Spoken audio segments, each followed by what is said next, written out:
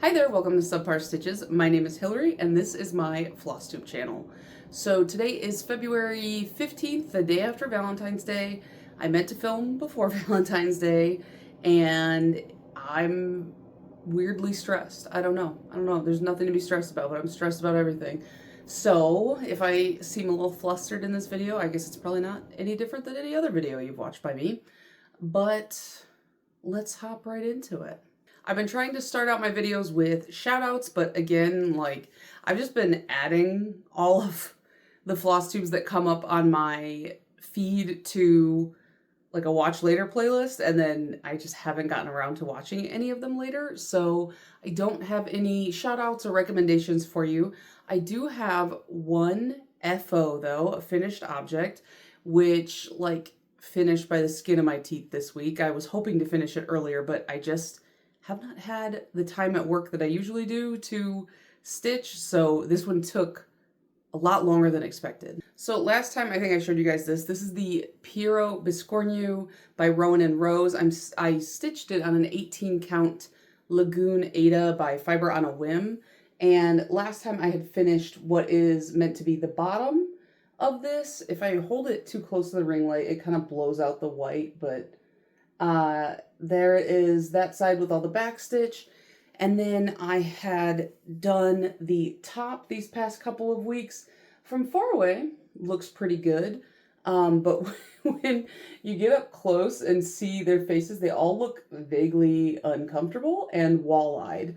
I just struggled with the face back stitching because I just did. I don't know why. Probably because it was like piercing the Ada, and I can pierce the Ada for like partial stitches, but when it comes to back stitch, I feel like it has to be perfect or it looks really, really wonky. But here is the full Biscornu. I just need to stitch it together, and I do have buttons for it. I had tucked the buttons into my bag, and one day I looked in the bag and there was only one button, and I was mad because I bought these like special, and then I just kind of like coped with it and was like, it'll be fine. I'll just use a different button for one side. It's not the end of the world. I emptied the bag like 3 separate times trying to find the other button, and I was just like, you gotta be kidding me. Because there's like a hole in the bag that I just didn't know about. And then literally 2 days ago, I was digging through the bag and then the other button was just there. And I was like, oh, I don't know how I missed that like 9 times. But on this side, it will cover up some of that center stitching, but I guess it's not the end of the world. And then on this side, yeah, the button's kind of big, but I just feel like that black and white spiral or circles within each other, I feel like it's going to suit it really well.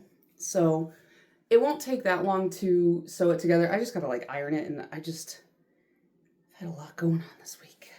So I'm gonna stick it back in the bag and put it on this giant pile of God knows what that's accumulating next to me that I need to clean up and haven't, so. And that was my current, or it's not current anymore, but that was the small project I was working on. Because if you guys haven't seen in previous videos, I talked about I have one small, one medium, and one large project going right now at any given time, and I'm like focusing on those until they're done, just because that's what I wanted to do. So I've now moved on to my next small project in the rotation, which is great. So that was my only finished object, but I do have a couple of new starts that were totally unplanned. So last weekend, I think it was, the Cozy DH released on their Patreon the Cozy Cursed Quaker, and because I had joined their Patreon recently because they had X-Files themed Quaker, I was instantly like, oh my god, I need this too. This is it's like got like Furbies all over it. It's a Furby Quaker, and I'm stitching it on 18 count Shadow Ada by Picture This Plus, and instead of using the called for DMCs, I decided to swap for some neons, which are like the special effects line. So I have like a purple and a blue and a green and a yellow, which the light like kind of blows them out. But I felt like all 4 of these look really good together. I think originally there was a pink in it, but I don't have the pink fluorescent neon color and I couldn't find it anywhere. So I just decided to go with purple instead because purple's fun. So I didn't get very far because the fluorescent floss is not easy to work with. I've only got a couple of colors into it so far, but here is where we're at. You can see it's like this little Furby Quaker kind of forming right there. It's not like a massive piece, so I don't like fully regret using the fluorescence, but it's not going to be easy. However, it's going to look really, really fun when it's done. And I'm glad I used the chalkboard Ada because I mean, these would really pop against just stark black, but I just love this like chalkboard color. And it's called shadow, not chalk. In my head, I refer to it as the chalkboard color. And then I started a project on Valentine's Day, so yesterday. And I started this with Karen of Stitching Past My Bedtime. I keep having to look at the name of it because I keep forgetting. It's the Steampunk Series Valentine Factory by Twin Peak Primitives. I've never stitched anything by them, but it was kind of like a last minute, like, oh, I should, like she recommended we stitch it together in my last video. And then I just like kitted it up last minute with stuff I had on hand. It calls for all DMC, so that wasn't the problem. It was just choosing a fabric that went with some of these colors because they're a little bit like dark and more neutral, but I also wanted to stitch it on a neutral fabric. And so I ended up grabbing, I had a 36 count cold foam even weave by Bestitch Me. And I had that with something that I had already kitted up, but I ended up being able to use just like half of the fabric. So here is where I got to yesterday, only like 400 or so stitches. And I think I'm going to work on it again today. I finished the whole bird. I got to finish this word up here. It's going to say fabrique. And then I think it says like fabrique d'amour or something down the side. And then it's got like a weird lady in the center. But I feel like this fabric color works really well with these colors. My needle minder broke. It was a ghost with a cowboy hat and it said boo haw. And I'd never used it before. And I stuck it to the fabric. And as soon as the magnets hit each other, the glue came off the needle minder, so it wasn't glued on there very well, but I will re-glue it. I'll fix it. Not a big deal. Just kind of annoying that the first time I go to use it, it breaks. But yeah, this is between 6,000 and 7,000 stitches, so I'm going to work on it again today and then probably put it away and continue my current like small, medium, large rotation. So I guess that leads me into my whips, and as per usual, the first one is my Epic Pokemon by Lord Libidin. I've been working on this every week, trying to get 2,000 stitches in a week so that I can finish it by the end of April this year. This is stitched on a white 18 count Ada by Kato, and I've hit a wall. I've reached this point where the area I'm working on is just like a lot of like small quantities of colors, like just a lot of color changes, which is making it harder to hit the goal that I've set for myself.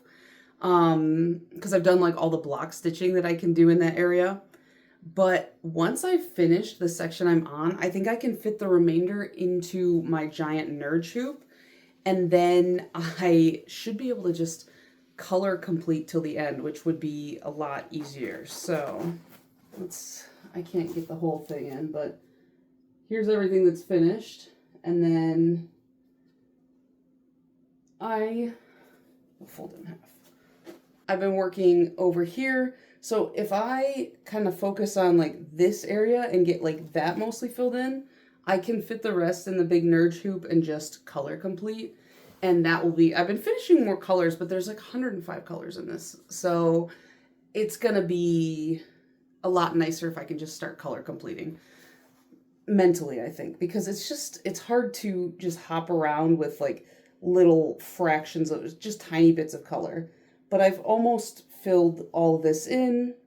I think I could probably finish this part by next week, and then I can shift over to this giant empty white space and start doing that.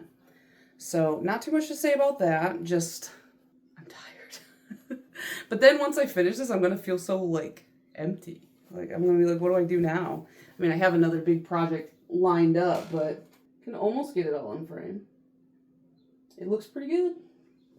And the nice thing is I have a Monday off because it's President's Day or whatever. Who cares? But I have the day off, so I can really, really just put some work in and maybe get a little ahead of the game there for the week, because I've been so busy after work these past couple weeks that it's made it, I've had even less stitching time on it, so it's making it really hard to get the 2,000 stitches in. So that was my large project. Then my medium project is the Slumber Party Sow by Sewing Starfish, which I'm doing on an 18 count Black Ada by Zweigart, and I'm using DMC. I finally finished the top of this one, which was taking me forever, but you can see I finished the top of the border, and I've started pulling the border down on both sides, and I finished the nail polish. I finished the TV on Friday, then I came down and I started this, and then I was just like, I'm tired. I'm done. Last weekend, I went super hard on it because I just wanted the top done, and I got over 3,000 stitches, and that was great, but then my hand hurts so bad. But then this past weekend, I stitched on it like Friday, and I got a couple hundred. Like I said, I finished, I just, on Friday, I just finished what I had left of the TV, and then I started the little star, and then I was just like, I'm over it. And then Saturday, I didn't stitch on this at all because I started that Valentine project, and then I think today, Sunday, I'm also not going to stitch on this at all because I want to work on the Valentine project more. So this will get finished. It's got, I think I've got like 10,000-ish stitches left, so in the next like 4 to 6 weeks, I think I can finish this. And then I've moved on to my next small project in my rotation. This is Coffee Time by Ink Circles. I'm stitching this on a fabric I dyed myself. I have finished Tea Time, I have Coffee Time, and Cocoa Time, and I'm going to frame them all together in similar frames or same frames and put them above my drink bar that we have. We have like a tea, coffee, and I want to add cocoa to it, little thing. So I just love a drink. And so I brought this to work this week because I knew I was going to finish the Piero Biscornu, and I ended up finishing that and then just putting in like the barest amount of work on this on Friday. So here is where it's currently at. I put in this little guy here. I forgot the name of the tea that this is for. Is that for, everybody says it wrong. Mate? Yerba mate? I think, maybe? This is not tea though. This is for coffee. So now I don't know what it's for. I'm dumb. So I think you like hold that over the fire or something. I don't know. I'm not a big coffee person. And then there's this little like cow that I'm assuming is like a creamer dish. And so I added those two things, and I've just got to do, I think this will be mirrored over here as like decaf. And then there's like a couple more coffee machines, and then it'll say coffee really big at the bottom.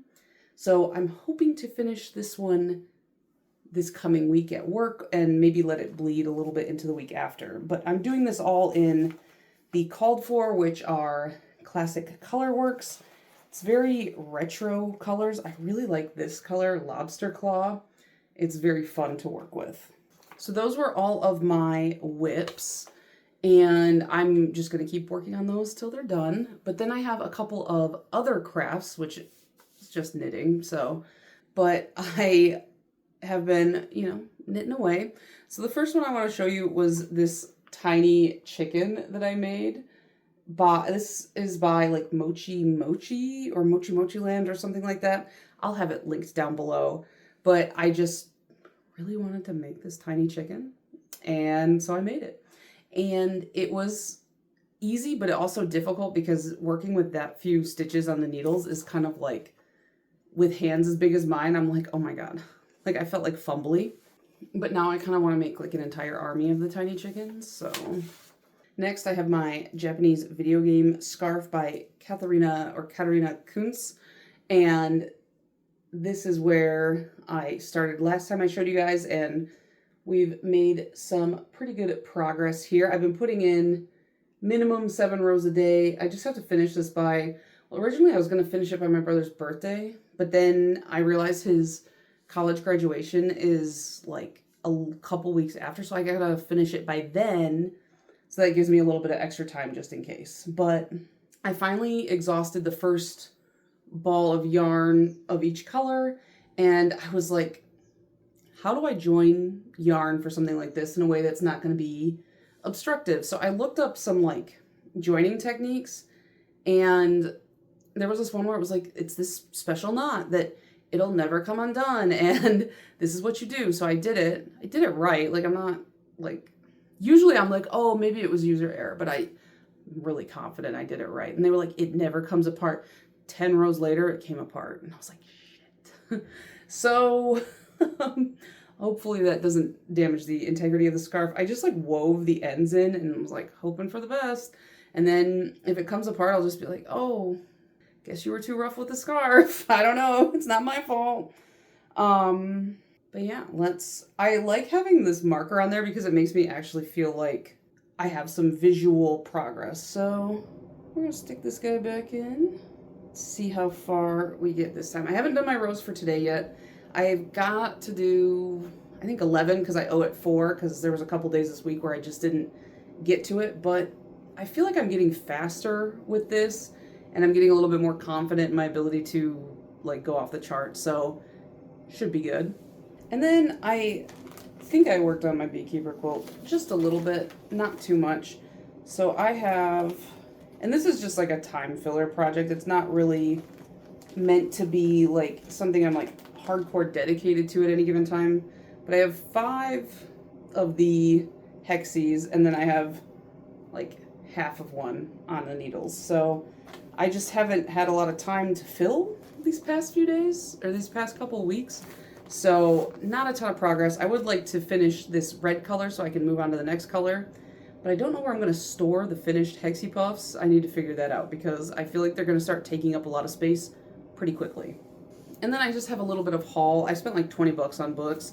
After I finished that tiny chicken, I was like, oh, this lady has pattern books. So I went on to thrift books. I usually prefer to buy like pattern books new, but it was going to be really expensive if I bought all these new. So I got this one, which has like 40 of those like super itty bitty. This is the book where that chicken is even from, but she released it for free online. And then she's got 20 designs in here. And then I also got this like monster one, and there's like a part at the end of the book where you can design your own monster and knit it. So I was like, that looks really fun. So I don't know. I just wanted these for my collection, and when I have some extra yarn and extra time, I'll probably knit a bunch of tiny, creepy, weird guys. I tend to buy books used just because I don't keep books. I'm not a rereader, so I either get them from the library and then return them, or I buy them used and then give them to my dad or my sister, depending on who I think will like the book more. I just don't have the space for books, and I don't have the like reason to keep them because, like I said, I don't reread them. The only book that I have that I keep is Slaughterhouse-Five, because that's the only book that I reread because I got a weird emotional attachment to that book in high school. As for plans, I'm going to keep going with my small, medium, large kind of cycling. I hope to fully finish that Biscornu by the next time I see you. Really depends on how busy I am and how much I let the stress take over my life, which I've been doing, so I don't know. I don't have any other new starts planned. However, after stitching the Steampunk Valentine on cold foam, I'm like, I kind of want to start the other project that I was going to start on cold foam, which is that, I think it was Sprouting Lupine, that like seasonal pattern that was like a stitch along kind of thing that was released quarterly in the Just Cross Stitch magazine. I wanted to stitch that on that fabric, so kind of like maybe I should start that, but maybe I should wait until spring, start it in spring, and then just do that then. I don't know. We'll see. Depends on, again, how stressed I get. So last, I'm just going to go through Reading, Watching, Playing, which is just like a segment that I stole from my friend Tara of Will the Woman Crafts. And this is just things that I've been reading, watching, and playing. So I haven't actually been like reading. I've just been listening to audiobooks because I haven't made the time to like sit down and actually read a book lately. So I'm trying to force myself to like audiobooks. So at least like sometimes at work I can just listen to the audiobooks. So the first one I listened to was called Something in the Walls by Daisy Pierce. And I picked that because I was like, oh, the title sounds really good. I have a fear of men living in my walls. This will be the perfect horror book for me. Like, because I love horror, but I just don't find it particularly scary typically. But I was like, this one's going to scare the crap out of me because something's in the walls, my biggest fear. So the whole time I'm like waiting to find out what's in the walls, and then it's just like there's witches in this plot that really, it was kind of like, okay, and also a pedophile, and then you never found out what was in the walls, and then I was like, am I dumb? Did I miss something? So when I went to Goodreads to like mark it as finished, I went to the reviews just to be like, somebody tell me what's in the walls. And one of the reviews was like, still trying to figure out what was in those fucking walls. And I was like, okay, so it's not just me. Like, I didn't miss it. Title was bad. Not the best book. Didn't love it. It was fine. Whatever. And then I was like in a Bridgerton mood. So I had read the first book in the series like last year or the year before. And I was like, okay, I should probably read the second one, which is The Viscount Who Loved Me. These are by Julia Quinn.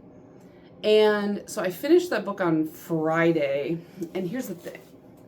I'm not like a romance reader. I don't really care about romance books. It's not that I like think they're bad. It's just not for me. But I forgot that the word romance implies that there's sex in it. And again, don't care. But I was listening to it at work and I got to like a very raunchy scene and I was like, oh, I feel like I shouldn't be listening to this here. This feels incorrect. Like, I just forgot that romance is now like synonymous with porn. So, won't be doing that again. It's just weird. Like, I don't know. I'm just like sitting there and I'm just like listening to this lady who's reading that to me and my coworkers are around me and I'm just like, this doesn't feel good. Don't like this. So, yeah, I forgot those books. I watched the show, so I guess I should have just known that there was going to be, like, highly descriptive sex in it, but I just didn't think about it. Yeah, it was fun. I think I'm getting used to audiobooks. I think I'm getting to the point where I can actually, like, focus on them, but I don't know. And then I watched Bridgerton Season 4, at least the first part that's out. I'm waiting for the second part. And then it wasn't enough. I wanted more. So I watched Queen Charlotte and I thought that one was kind of a bummer. It was good. It was just like really sad. And then I also watched the movie Friendship, which is the Tim Robinson movie with Paul Rudd. And I gotta say, like, there was no point where I knew what was going to happen next. Like, it was just such a wild movie. So if you like Tim Robinson, highly recommend that one. And then as far as playing goes, I played the new Animal Crossing update for a little bit, but then I don't know, I haven't really played video games the past couple of weeks. It's just something's always fallen to the wayside. So I have now spoken too much and I have a raging headache. So I'm gonna go. I hope this wasn't too discombobulated and enjoy your stitching. I'll see you in the next one. Bye.